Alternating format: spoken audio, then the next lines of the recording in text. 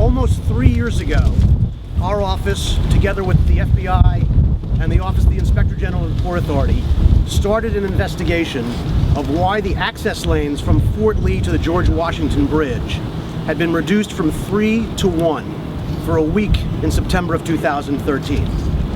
In May of 2015, David Wildstein pled guilty, and the grand jury indicted Bill Baroni and Bridget Kelly for misusing the resources of the Port Authority, for deceiving the Port Authority, and for violating the civil rights of the residents of Fort Lee in connection with those lane reductions.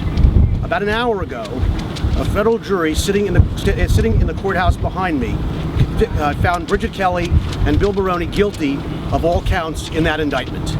I don't think we ran away from David Wildstein at all. David Wildstein was exactly the character who was portrayed by both the government and the defense at trial. He was a political operative who for years engaged in all sorts of dirty tricks. The defense wanted to say that it was just him on his own and that this was just a dirty trick if it was that. Our view was quite clear that this was way more than a dirty trick. This was an assault on the Port Authority's resources. It was an assault on the civil rights of the people of Fort Lee.